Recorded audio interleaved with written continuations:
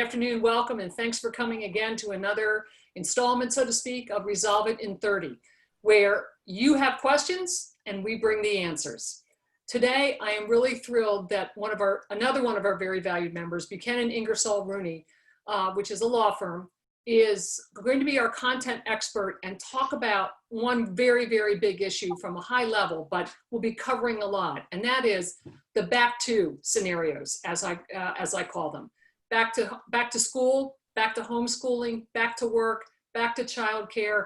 What are some of the issues? What are some of the obstacles that are facing people, families, employers, and employees? And they're going to be presented today by Erin McLaughlin and Christian Antkowiak.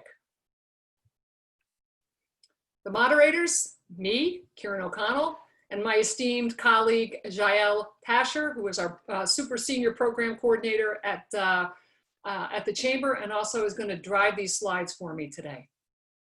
Please remember, okay, mute your microphones when you have questions, and you will have questions. Use the chat box at the end of this, okay, if we have some time and we can do something, where you can ask over your microphone, that's fine. But for right now, use your chat box. And again, we're resolving things in about 30 minutes. So at this point, I've done my 1-minute introduction, and let me please turn it over to Erin and to Christian from Buchanan Ingersoll-Rooney to talk about these very important issues. Erin and Christian, welcome and thank you, and take it from here.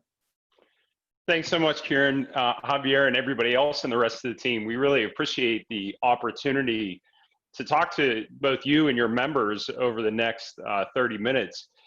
As you mentioned, Karen, we're going to do our best to cover some of these topics at a very high level, really to maybe issue spot and cause those on the program today to think about some issues and potential problems that you may need to solve as you return people to the workforce, and then deal with their issues, whether it's with respect to childcare or back to school.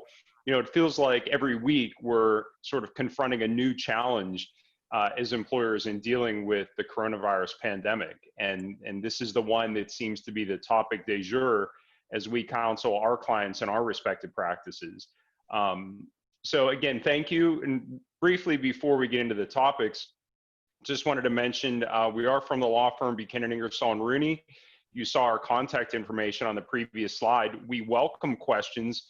We're going to be moving through these topics at a fairly quick pace. So please use the chat function if you have questions that you'd like us to try to address. If we can work them into the conversation today, we will. But like I said, you also have our contact information. And as a valued member and partner with the Chamber, we welcome the questions after the fact and are more than willing to do our best to answer them for you as you confront some of these challenges in your businesses. So today, we're going to talk about a few of the topics. We're going to cover the FFCRA. We're going to talk about what some of the other businesses in the community that we counsel, what they're doing, and some best practices that you can try to implement in your business as we move forward. Erin? Thank you. Good afternoon, everyone. So the first thing that we're going to cover is applicable laws, and many of you may have heard of the Families First Coronavirus Response Act. This was federal legislation that was passed in early March, really when the pandemic began, and the FFCRA is really the first of its kind. It's the first federal paid sick leave law. And so I'm only going to cover the Families First Coronavirus Response Act, FFCRA, to the extent it applies to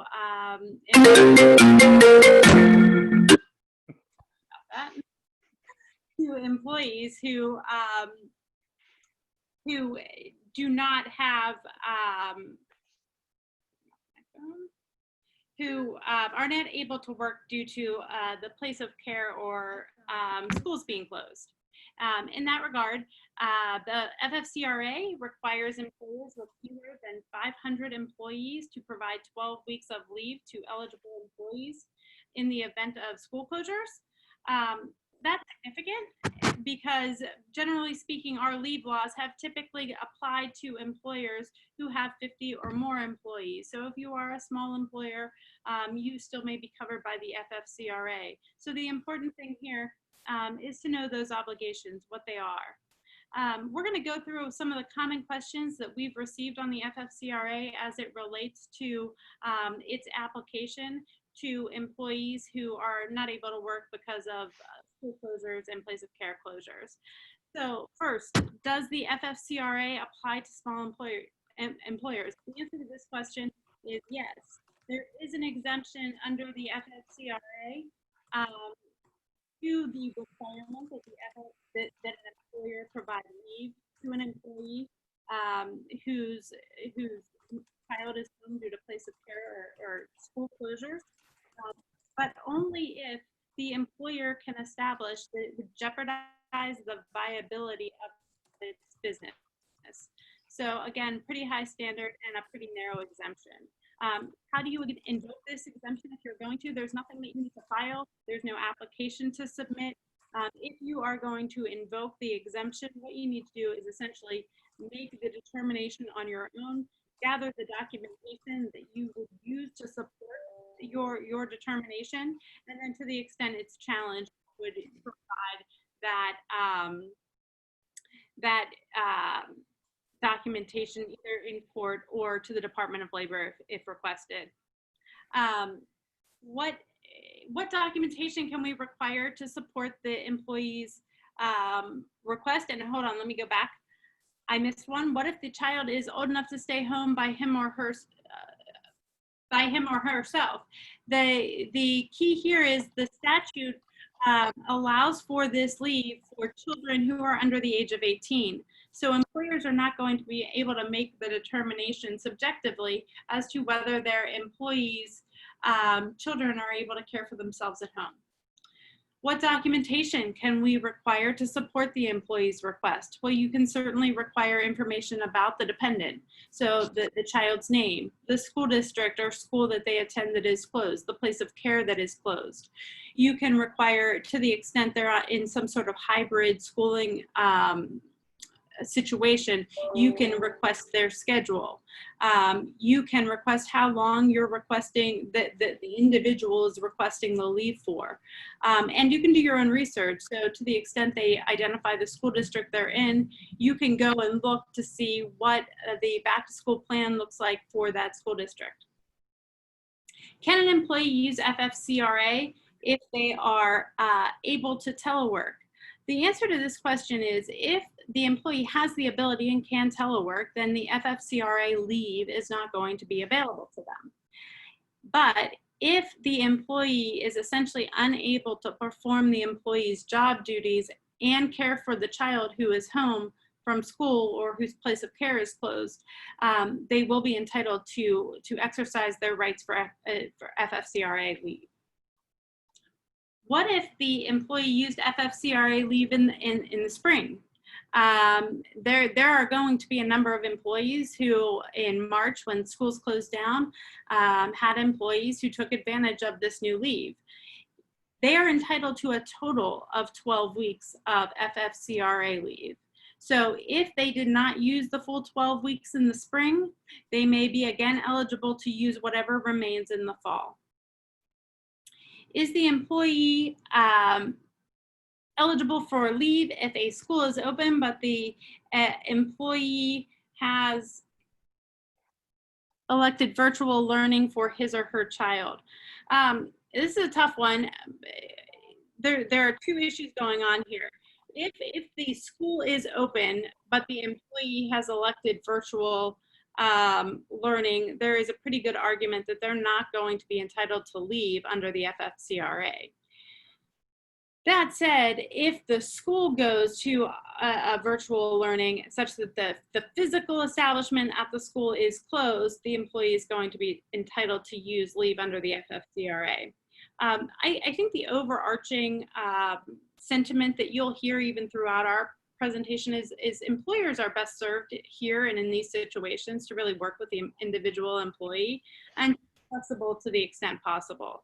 So this is the answer to this question from a legal perspective under the FFCRA. While that may change, is probably if the school is open, the employee is not entitled to FFCRA leave. But again, we're encouraging you to be flexible.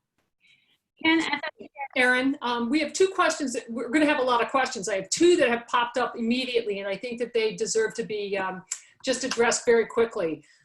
Ray and Esther Alvarez, who own a very important security firm, are asking, relatively speaking, what is the standard of jeopardy, so to speak, that you spoke about before?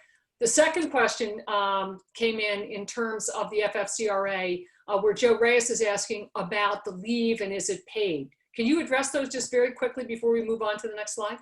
And very briefly too, I just circulated 2 links in the chat function that folks can refer to afterwards. The first is an article addressing the small business exemption and the standard, and the second is the paid leave requirement. So to the extent somebody wants to read more about that beyond Erin's comments, you can follow those links. Great. Erin, take it away.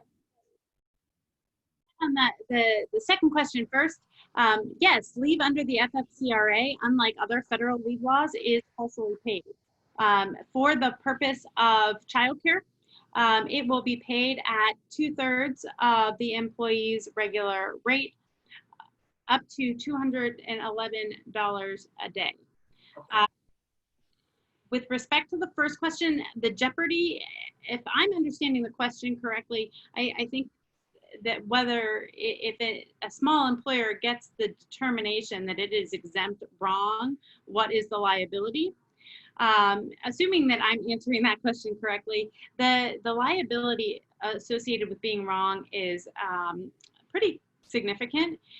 So the FLSA, Fair Labor Standards Act, damages provisions apply to violations of the FFCRA, and the incorrect determination, you're going to be responsible for essentially violating the FFCRA. And depending on what the impact of that violation is to the employee. So for example, let's say the employee resigns or quits, or the employee is terminated for violating your attendance policy because they're not able to come to work and they should have been provided leave. Now you're going to be in a situation where you're on the hook for front pay, back pay, and other sorts of violations and penalties. So that's why if you're going to take that position, you want to make sure and probably do so with the assistance of an attorney, of your attorney. Okay, thank you. Can the FFCRA be used intermittently? If you had asked me this question 2 weeks ago, I would have said only if you as the employer agree to it. Significantly, there was a very recent, and I think the first of its kind, decision out of a Second Circuit Court in which the court said that the Department of Labor overstepped its bounds with its regulations, and the permission or the ability of the employer to unilaterally decide whether or not the leave may be used intermittently is a violation of the provisions of the statute. So I think if you're in New York, you should take that probably to mean that employees are going to be able to use this leave intermittently. If you're outside of New York and the Second Circuit, it's yet to be seen whether this decision is going to impact you. But again, we'd encourage flexibility here, and while it's difficult to administer, consider whether or not you want to give your employees the ability to take this time off intermittently. You get a total of 12 weeks, whether or not you can use that, for example, a week when your kids are at home and 2 days a week you're going to work. That's really the question that employers are going to have to answer. Erin, I just want to remind everybody that we are trying to resolve things in about 30 minutes. And I have a big smile on my face because we're happy to go to 45 today. And should we need to do a little bit more on this and have sort of a part 2, this is important and I'm happy to do it. So, with that in mind, let's go to the next slide. Sounds good. Thanks so much. All right, so in addition to the FFCRA, which is the federal leave law, what we're now seeing is that state and local organizations, entities, governments have enacted their own ordinances and regulations. I pointed to here, Philadelphia promoting healthy families and workplaces, and the New Jersey Family Leave Act. Significantly, these are going to apply to businesses that may not be covered by the FFCRA. So businesses that have 500 or more than 500 employees. So one of the questions we always ask and employers ask us is, remote work an option? And certainly now in Pennsylvania, it's recommended that to the extent possible, employees should be teleworking. That really raises a lot of considerations under the Americans with Disabilities Act that are probably better left to another conversation. We could sort of devote an entire program to the ADA itself. But importantly, you have to consider, I think first and foremost, if you were going to let people work remotely and modify their job duties for one purpose, it does have implications for other issues down the line, such as the request for reasonable accommodation under the ADA. And while you might be doing these things for purposes of retaining employees and improving morale,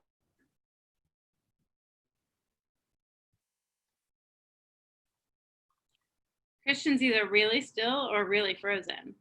I think he's frozen.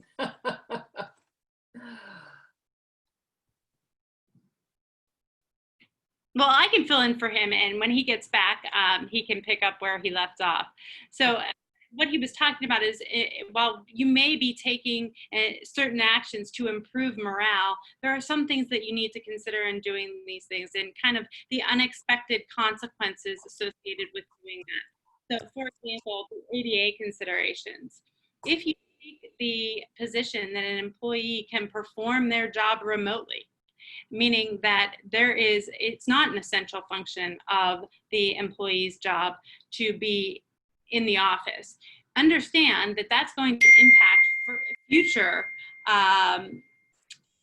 issues in which, if, for example, you have an employee who comes to you and says, I have a medical condition that requires that I work from home, you're not going to be able to say, well, it is an essential function that you work in the office because you have taken, for another purpose, the position that the position can be performed remotely. So just be aware of those other considerations.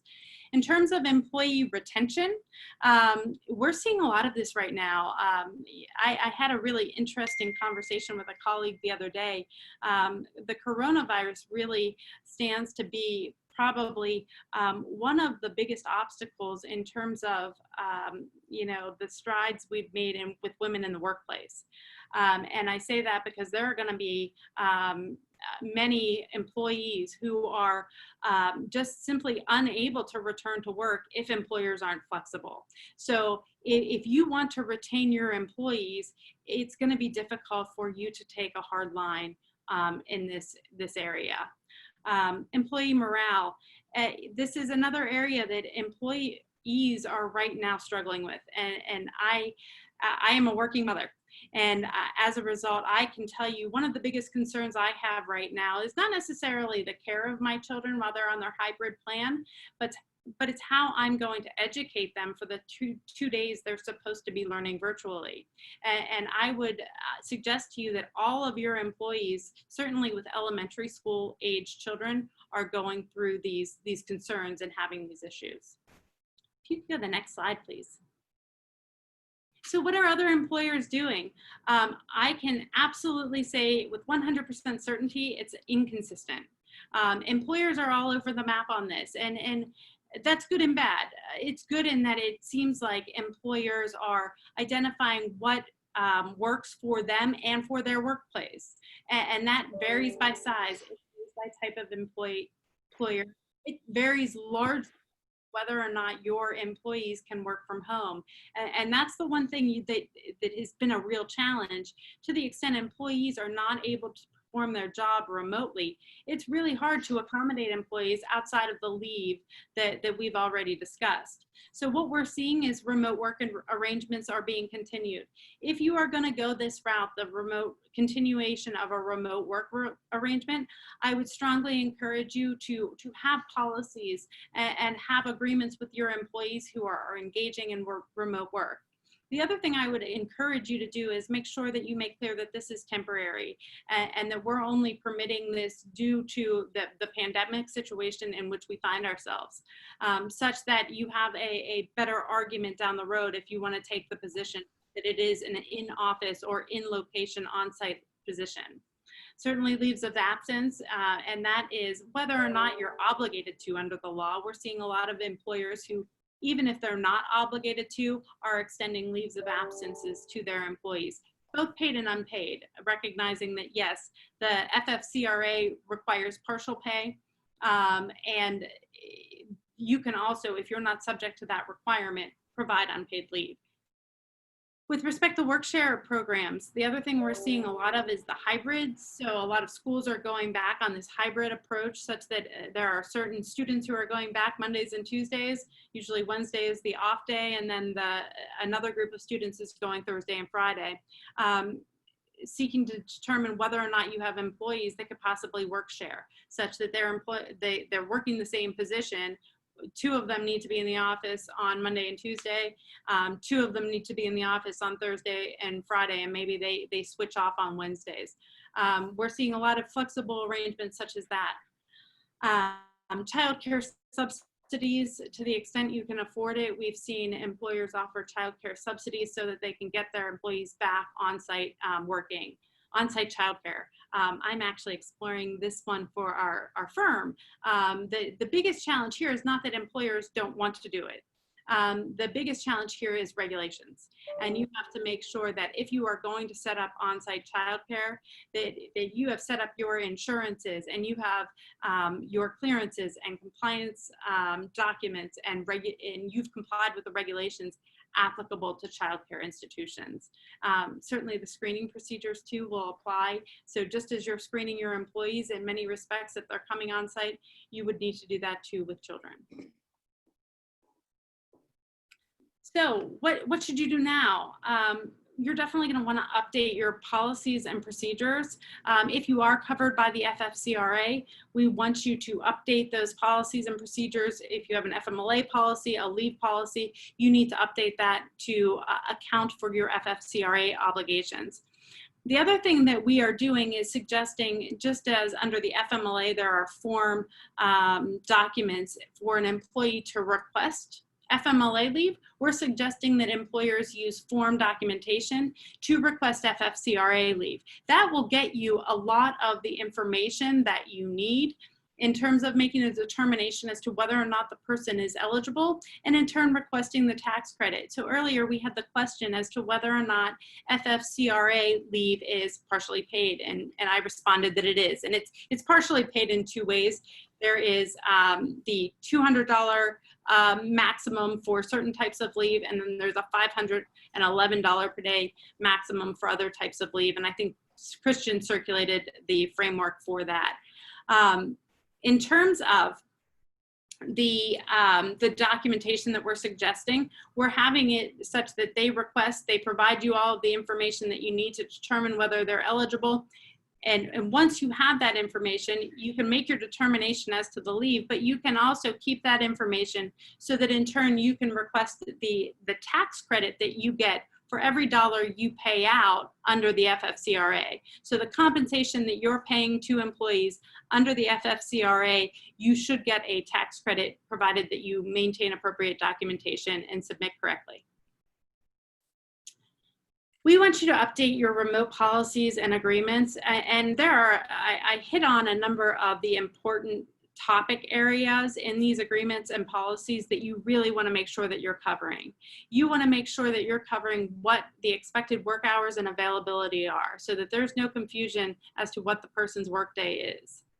You want to make sure that they're providing a safe working environment, because a little known fact here is if they are injured in the scope of their employment, even if it's remotely, it may be covered by your workers' compensation insurance. It might be a work-related injury. So you want them to confirm for you that they have a safe working environment. You're not going to be off the hook if they get injured with that language, but it will give you some mitigation in terms of whether or not it's a work-related injury.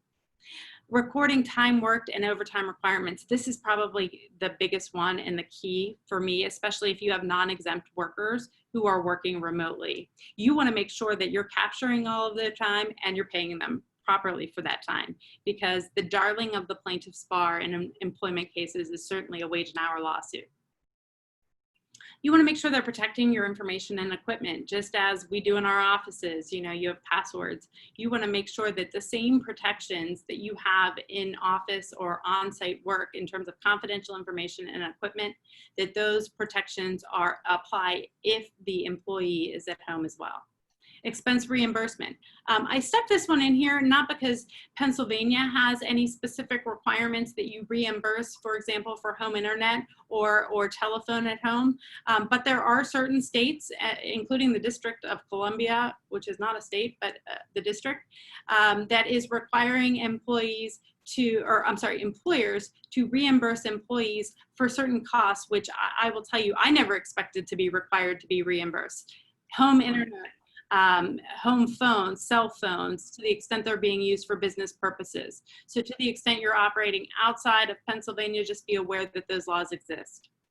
The work share policies and agreements, to the extent you are going to structure a flexible arrangement, you just want to make sure that the details are specific and that everybody understands the parameters of those arrangements, including how they may be terminated, largely at the discretion of the employer. Manager training. Your managers are going to be the ones responsible for managing either the remote work or managing a flexible arrangement. You want to make sure that they understand the parameters of those relationships, of the remote work, and that they aren't running afoul of any of your obligations. For example, if an employee says they need leave, you want to make sure that they're crossing their T's and dotting their I's in terms of what leave we're obligated to provide. Importantly, you want to make sure that you're clearly and frequently communicating with your employees. This is a time of a lot of change, and we have seen change from local regulations, local ordinances, orders by the government's office.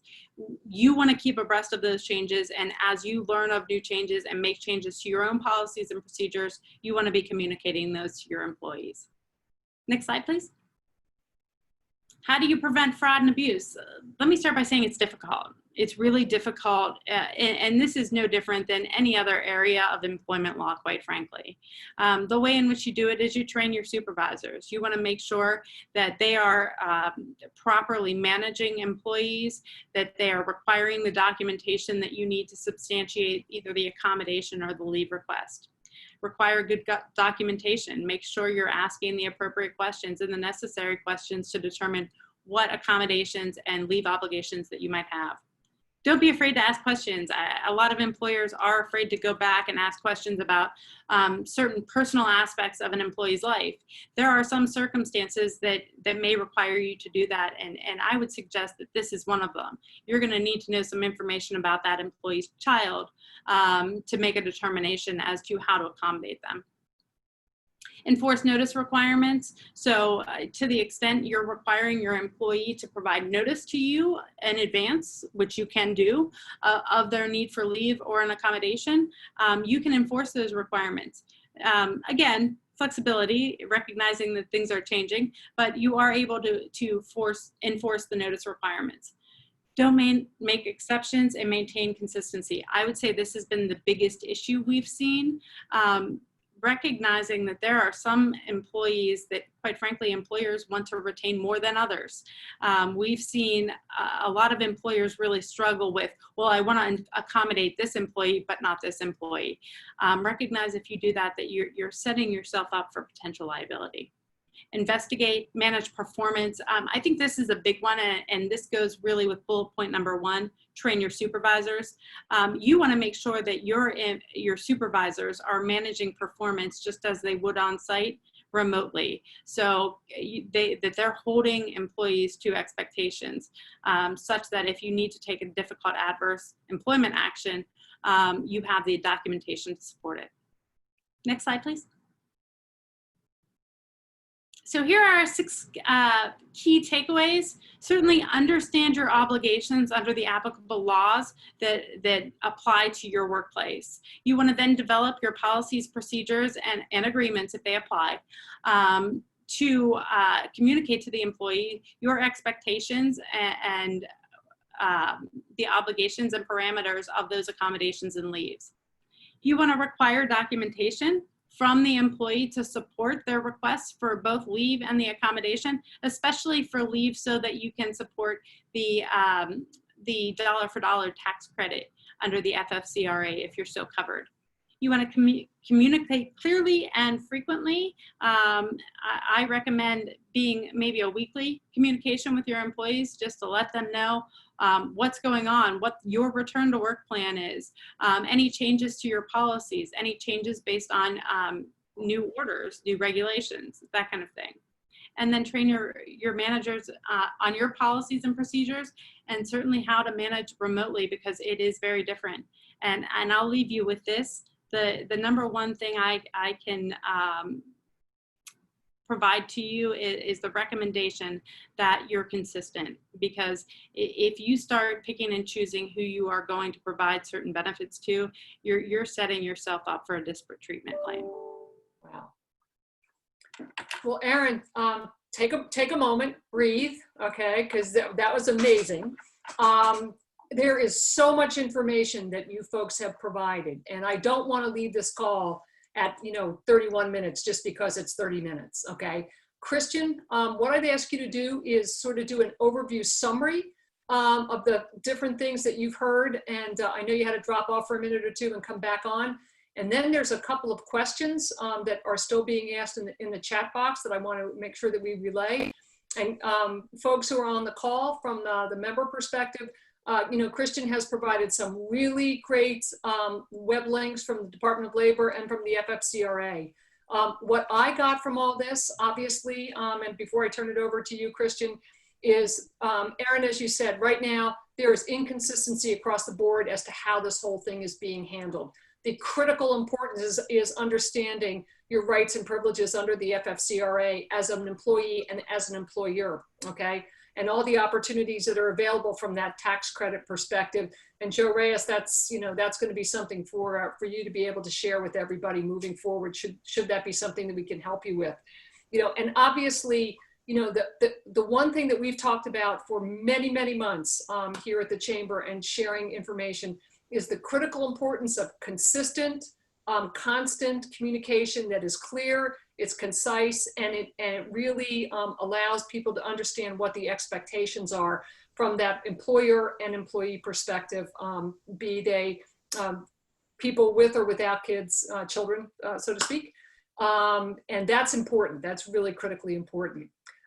Christian, why don't you take it over for a few minutes? And then, like I said, there's 1 or 2 more questions in the chat box that I want to ask both of you. So Christian, take it from here. Thanks, Karen. And I appreciate the chance to maybe wrap this up briefly.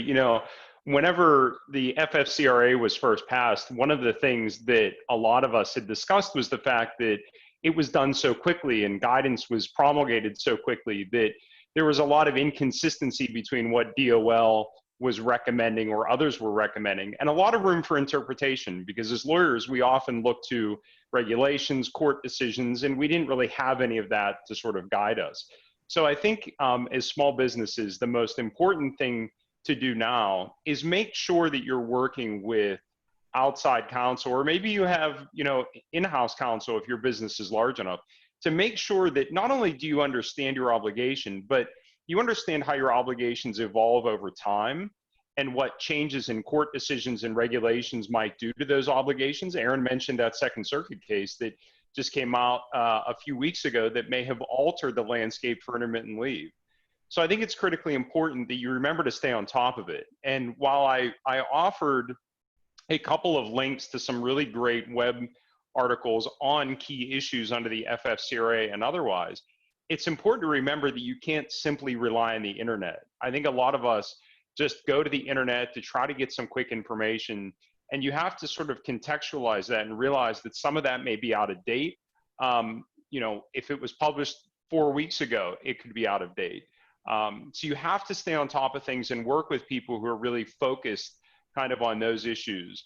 And I think if you take that, you understand risk, you maintain consistency and have good documentation, I think you're going to be okay at the end of the day. But you do have to stay on top of these things. So I think with that, why don't we open it up to questions from those who are participating? And if you don't feel comfortable, or like I said, you don't have a question now, our contact information's on the slide. Feel free to reach out to us afterwards, and we'd be happy to work with you. I think, Christian, you wrapped it up beautifully. And the one word that you just said that hit me really hard right between the eyes was the word obligation. Okay. As an employer, there are some obligations that you have, especially around, the whole issue of the FFCRA. And it is something, as you said, that it kind of snuck up on everybody and has evolved over time. Let me take you up on your offer in the next 3 or 4 minutes here. And Ray and Esther, if you mic yourself up or unmute yourself, you've got 2 really great questions, okay? Would you be comfortable? I'm assuming you're going to be comfortable in just asking those questions, Ray and Esther. Go ahead. Sure. What are the legal parameters or liabilities with regard to an employer that hires our investigation company to investigate whether an employee is not defrauding the company by claiming FFCRA due to exposure while working remotely? For example, we would implement like a surveillance strategy to unveil whether the employee was being reckless with their social pattern. I'll try to take this. In terms of employers denying leave to employees who request it, just generally speaking, it's very hard to do. Because it's the risk reward analysis, and the risk of being wrong is so great. And there are going to be instances in which, even if from a surveillance perspective, an employee appears to be, for example, maybe not home with a child during school hours as they are asserting that they are, or maybe you find that there is somebody else in the household that can care for the child. There are going to be a million reasons that employee proffers as to why that is not the case. And the challenge for the employer is that's a question of fact, that if that case went to a jury, it would be left to the jury to decide who's more credible. Essentially, the employee who is explaining why they actually needed this leave and were deprived of it, or the employer who deprived them of the leave. So it just makes for a very difficult case. I'm not saying it can't be done. Quite frankly, we rely on you guys a lot in the cases that we have, and certainly a lot of times for FMLA and for workers' compensation cases. So it can be done. It's just that has to be, you have to be pretty confident if the position you're going to take is you're going to deny leave for the abuse. So just to follow up on that, I mean, from my perspective, I don't see a lot of risk running directly to a company like yours. I see the risk running primarily to the employer who makes a decision based on the information they have. But, that being said, anybody can bring a lawsuit for any reason, and it would be expensive for you as a business owner to have to try to defend that. And so what we would recommend would be, if you have an agreement with an employer to do surveillance and you haven't looked at that recently and updated it, it probably would be a good time to make sure that your indemnification provisions are, up to snuff, or that, maybe you want to have an arbitration agreement provision in there, or some kind of provision on liability, reps and warranties, especially if you think that maybe under the current circumstance, there might be additional risk that's not covered by those contractual agreements. And that might help give you some layer of additional protection, if you're conducting that type of surveillance. Good point. Christian and Erin, we have one more question. We've got about 1.5 minutes left. It's from Joe Reyes. Joe, I'll read it since you put it in the chat box and it's short and sweet. And Joe's question is, how long can an employee stay on this leave? Great question. So the FFCRA has 2 components. There's paid sick leave, and then there is what is really FMLA expansion leave. If you combine the two for a child who is home from school, you get up to 12 weeks of leave, partially paid leave. Thereafter, an employer has to decide what to do. So the obligation to the employer or for the employer is the 12 weeks. Thereafter, it's at the employer's discretion as to whether or not they're going to extend an accommodation of additional leave. And one of the things, just to piggyback on that as well, is that I'm putting aside childcare for a moment.